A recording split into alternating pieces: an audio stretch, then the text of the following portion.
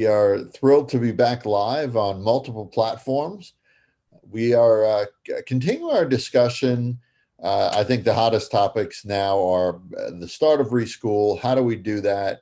What do we take into account and consider? And we started going through that process last week. You actually came upon a really great article that I'll share in a second, with a number of really, I think it did a really nice job of succinctly but clearly identifying like what we really need to be focusing on for this coming year, and honestly for the future of schools overall, right?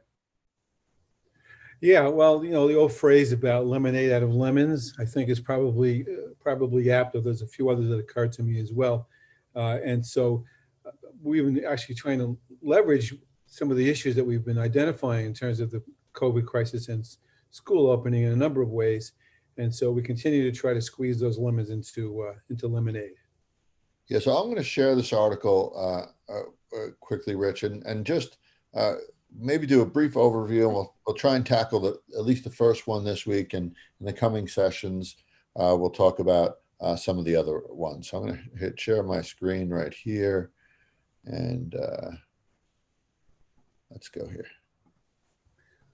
All right, so can you see that on your screen, Rich? Yeah. All right, So great. let me begin with one of my tortured metaphors, besides the lemonade and the lemons one, and that would be a grain of sand in an oyster shell. If When a grain of sand gets caught in an oyster shell, people say, well, what comes out of that? Well, the first thing that happens is that the lining of the oyster shell becomes irritated. It's hurting. In fact, the grain of sand forms an ulcer. And if anyone's ever had an ulcer knows that's not a pleasant thing. However, what does happen in the end is the ulcer will become a pearl. And so the grain of sand, the irritant, if you want to call it that, eventually does transform something not so great into something that's pretty valuable. That would be the pearl. And so to take the telescope and to flip it around away from how we look at some of the extremely problematic things we've been trying to examine and will continue to examine until this thing hopefully goes away. Uh, there are some things there are some pearls, there are some grains of sand that will lead to some pearls if we pay attention to them. Now, this particular article that Al has up on the screen is out of the Center for Digital Education. Uh, it would be govtech.com/education, if you want to look at it more carefully. And it's written by a person named Mark Siegel, and the title is Five Major Shifts Needed for Post-COVID-19 to Transform Education. There's that magic word, transform. There's that magic word of a grain of sand. The article goes on to explain some overview kinds of things, and then identifies five pieces. I'll give you the five pieces, but I think today we're going to concentrate on restructuring time. And before I even go to that point, something that the author points out by a person named John Bailey out of Education Next, which is also a great website, really talks about the fact that what we're really doing is challenging assumptions and questioning strategies about how we've approached schooling, ING, for children K-12, and quite frankly into the higher education realm as well, by virtue of the disruption, the grains of sand that the COVID crisis has brought to bear. And we're beginning to think, at least I hope that we're beginning to think that there are some ineffective things that we've been able to get away with that we either can no longer get away with, or at least now have the opportunity to change. Now, the five pieces that Siegel points out, and I'll just mention them as an overview, and then we'll come back to time, would be, again, first of all, restructuring time. Second piece is developing student-centered models. Third piece, we could spend a lot of time on that, would be the educator's role. And something I feel strongly about, I'm sure Al does too, curriculum analysis and development.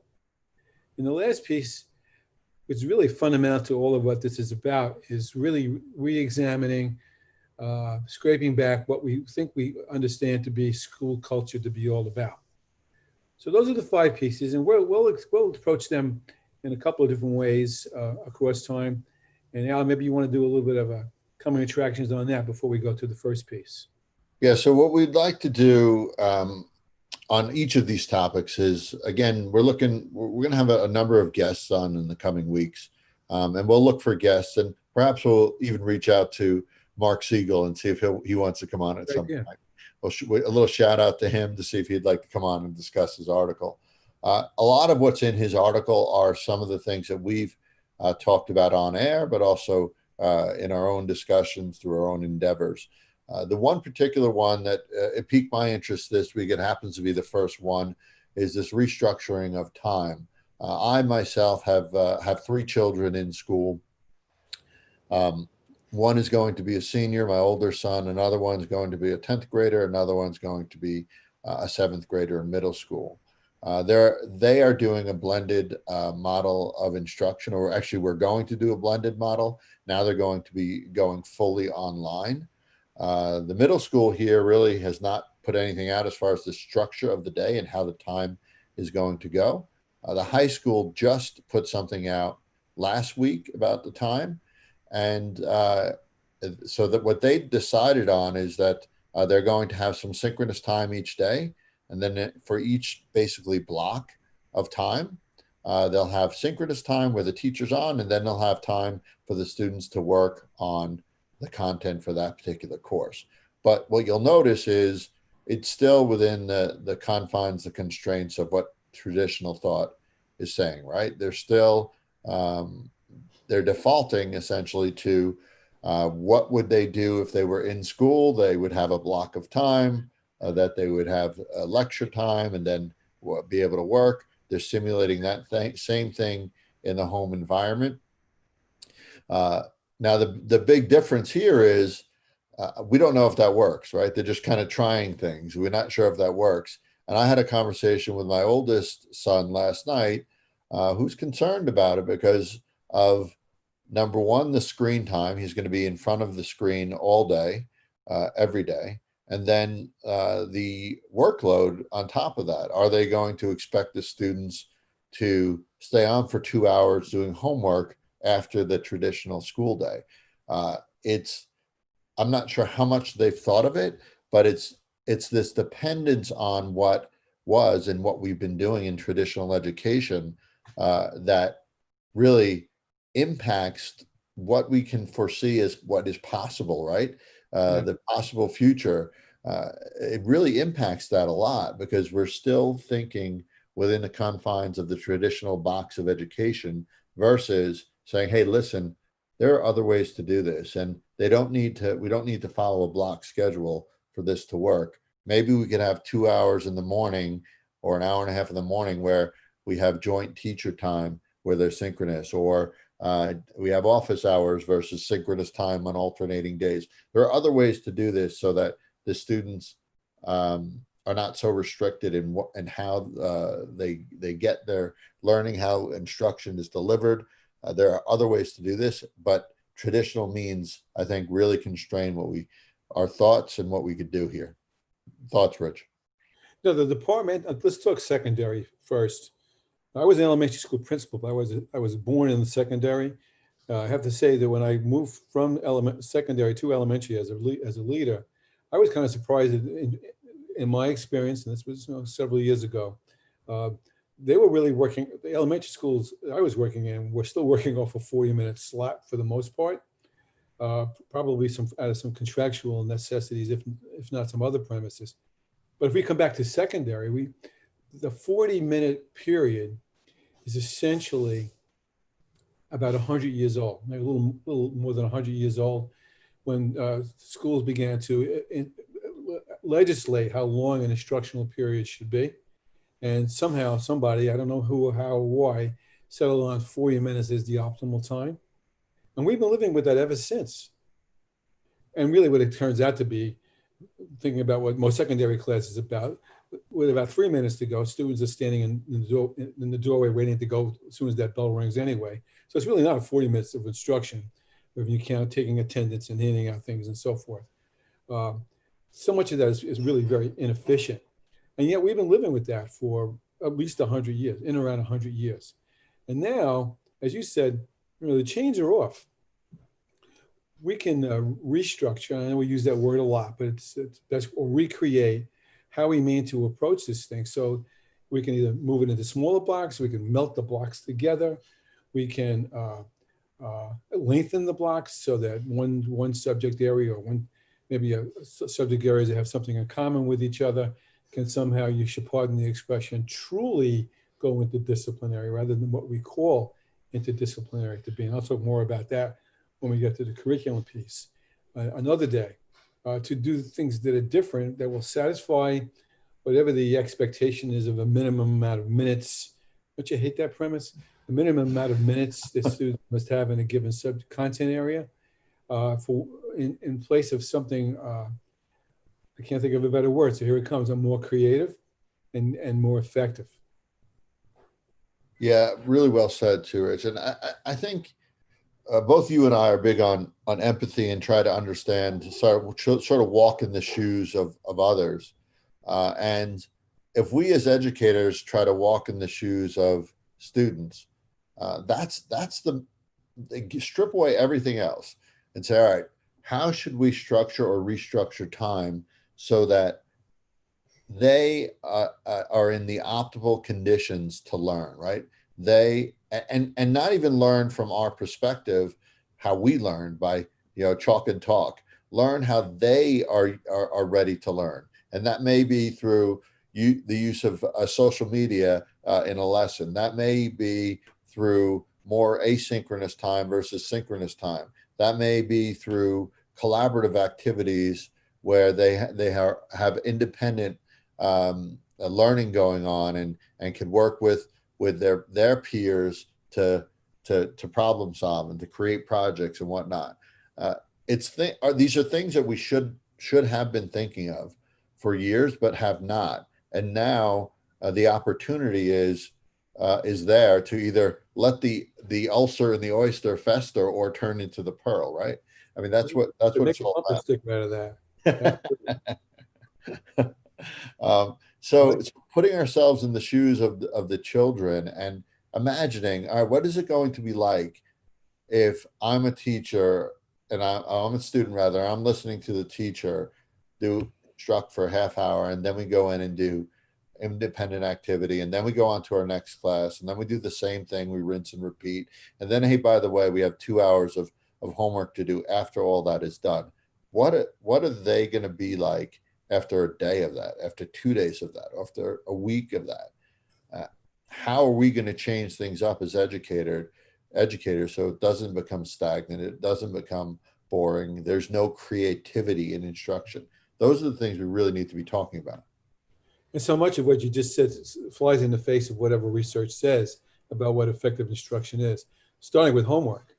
And I've always been a guy who believed that homework had to be, but the more I study the current research, the more I realize that most homework that's assigned by teachers is useless. Yeah. And so why are we wasting everybody's time to assign busy work to kids? They may not even be really evaluated for that matter so well by the teacher to begin with, and has no real purpose in what it is you want to talk about. Now, Siegel in his piece talks a little bit about the Khan Academy. And Khan's gained a great deal of renown and justified renown for coming up with video lessons and doing flipped classrooms approaches and so forth. But he talks about mastery. I'm hesitating to say I'm a complete proponent of that myself. I kind of think mastery sort of happens as experiences accumulate, and sometimes you can't necessarily set a clock for when that's going to happen. But in the end, we do want students to have mastered skills, thinking processes, and to a lesser extent, and this is a little bit radical for some people to accept, to a lesser extent, content. I agree with you wholeheartedly, Rich. I mean, if we think about what you learned in school, and I've said this to so many people, I think about what I learned in school. There's very little content that I remember. The experiential things are what I remember. The projects that I created with others, uh, the aha moments when I was doing something collaborative with classmates, or figured something out with one of my teachers. Those are the things you remember. Those are the things that impact you. Uh, the ways that you go through school, the skill you learn to be disciplined and independently get through things. That's what you retain, right? That's the biggest piece. Paul Simon, when I think about all the crap I learned in high school, it's a wonder I can think it all. And going back to the homework piece too, Rich, homework, if you just look at what homework is, it's work at home. Now everything is at home, right? So Well, there's no real reason, like why do we need homework when teachers now have the opportunity to work with students when they are home? So it even eliminates the need for homework more. And I think with this virtual learning that we're doing or blended, it is, and I'm gonna say this, and maybe people will get annoyed at me, but it is almost cruel in nature and abusive in nature to have them stay on for another 2 hours after the day is done to do homework when they've been online all day already. And I think that teachers and students, teachers and administrators really need to think that through as far as what how much time these students are going to have, the allocation of time, and what this day really should look like, to make sure that we're not creating like zombie kids, after a couple days of doing this rinse and repeat. Listen, it goes a little bit for the traditional day too. They have all this structure during their day, where they have, in our district they have hour and a half blocks, but it's still structured.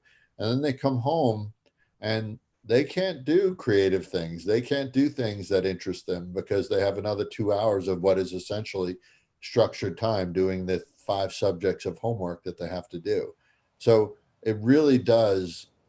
We need to take this as an opportunity to think about what really is best for kids, and that comes in the form of that reallotment or restructuring of time and rethinking of how the day should be structured or could be structured to put them in better positions for success. And maybe it's less content rich, right? Maybe it's God forbid. more conceptual. Maybe it's more project work. Those are the things that I would look to do and take the opportunity to do in this environment. So the question then becomes like, how do we get folks to instructors, teachers to recognize that they have a kind of blank check to reuse their time on students' behalf? Does it come from a leader or does it come from, I think it has to. I was just going to say that. I think it has to come from a leader. Does it come? What were you going to say? Does it come from a leader, or does it come from what? well, from themselves, if they, as they realize the folly of what they've been shoehorned into doing all these years? But I that, think I think it I'm needs sure. leaders. I think it needs leader support because otherwise, they could want to try and do it, and if parents or community kicks back, they're sort of frozen in their tracks, right? And if they don't have that support from leadership, it's really challenging to do. If the leader says, "Listen, this is new. This is a challenge. Try things that you think might work, and if it doesn't work, we have your back." I think that's what we need to do because often leaders will sit like here or there. I mean, Cuomo was an example of this in New York. Like he seemed like he really had everybody's back through this thing, and now at the 11th hour, and I was disappointed in this. I was really happy with how he handled it prior to this, but now he says it's in the hands of teachers. And where does that leave teachers? Where does that leave the people that are in the trenches? All right, that's great, but what if the community doesn't support it? What if the administration doesn't support it? So if it doesn't come from the top, it leaves people in really precarious positions and vulnerable positions that they don't need to be in if the leadership really takes command and says, listen, we got your back. Try something. If it doesn't work, that's okay. We have your back. This is all new. It could work really well too. And then that could be the model that we use moving forward, right? And since time is the coin of all teaching, so said Madeline Hunter, give them the coin to use it spend it as they want. And I love the phrase that you used before, we have your back. Yep. Because I'm stammering because I'm actually troubled by what you're saying in the sense that I can think of teachers who really won't take the risk unless are told, we have your back. Right. Unfortunate, but that's the way the cultures of places have evolved, where the principal or the boss, whoever the boss is, has the final say in everything. And I suppose it's got value, but it certainly puts the cork in the bottle of creativity, especially when you're playing with a finite amount of time in which you're trying to pack or unpack the things that are really worth unpacking to begin with. I That's a think, yeah, and I think we quell creativity. We're conditioned to not be creative in education, right? And that's a systematic, a cultural thing. And I think for now, it's an opportunity to shift and not suppress creativity so much. Just allow it. You have the canvas to do it here, right? Just let it happen, and it's okay. The worst that happens is it doesn't work so well. You adjust. That's it, right? It's not going to end the world if things don't work really effectively. If you have this exploratory phase, and I think people, parents, I'm a parent of kids in school. I'm a former administrator. We've done it all, Rich. I think if you're transparent as a leader, if you're transparent, say, listen, this is the structure we're going with, but we're also giving teachers leniency to try something new, try things and be creative, because we want to evolve, we want to change, we want to get better.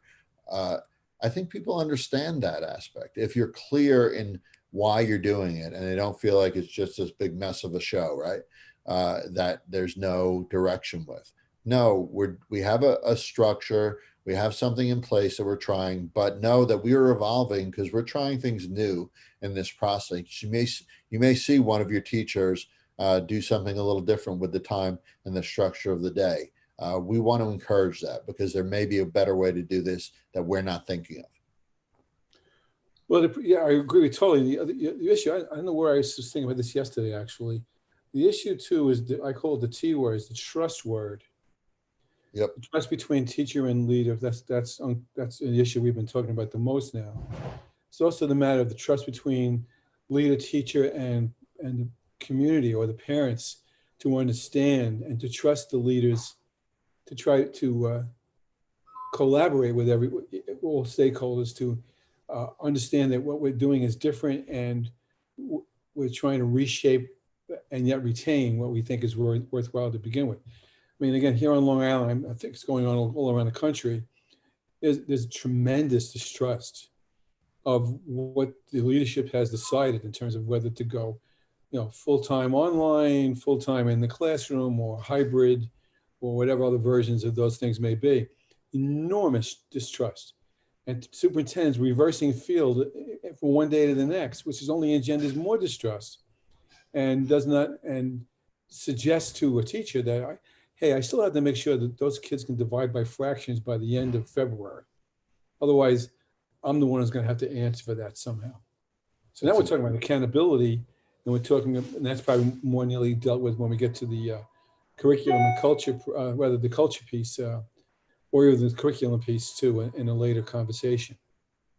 Yeah, so I want to wrap up here, Rich, and again, keep it succinct so that people come back for more, and also there's not too much for people to absorb in one show as well. I think it's a great start with this topic. Next week, what's the second topic we're going to cover for next week, Rich? Are we doing children testimony, or are we going to do? Oh, so yeah, so we're going to try. We'll try that. I actually have my son who tentatively agreed to come on the show and talk about sort of the day in the life of what they're doing and his thoughts on what's going on in school. He will be a week in at that point, so he'll have a good feel of what this is like. So I'm going to encourage him to do that. Rich, I know you're going to work a few angles. Maybe you have some people that can come on as well. But we really want to. We're big into, like, we could talk about everything we want, but we're not a student right now, and we're not going through this. So what better way to really find out what's going on than through the eyes of the student. And we'll talk a little bit more about the time piece, the reallocation. Is the allocation of time the right way? Do they feel like they are able to master whatever it is they're being taught? Is it effective for them? Is the instruction effective? Those are the kind of things we could start to talk about, and that'll also bleed into some of those other categories. Yeah, and then That following from that, we'll bring some other folks down the line, and we can go back to the other four components of that article. And then I like your suggestion about inviting the author to contribute. I'm going to email him as soon as you and I sign off here.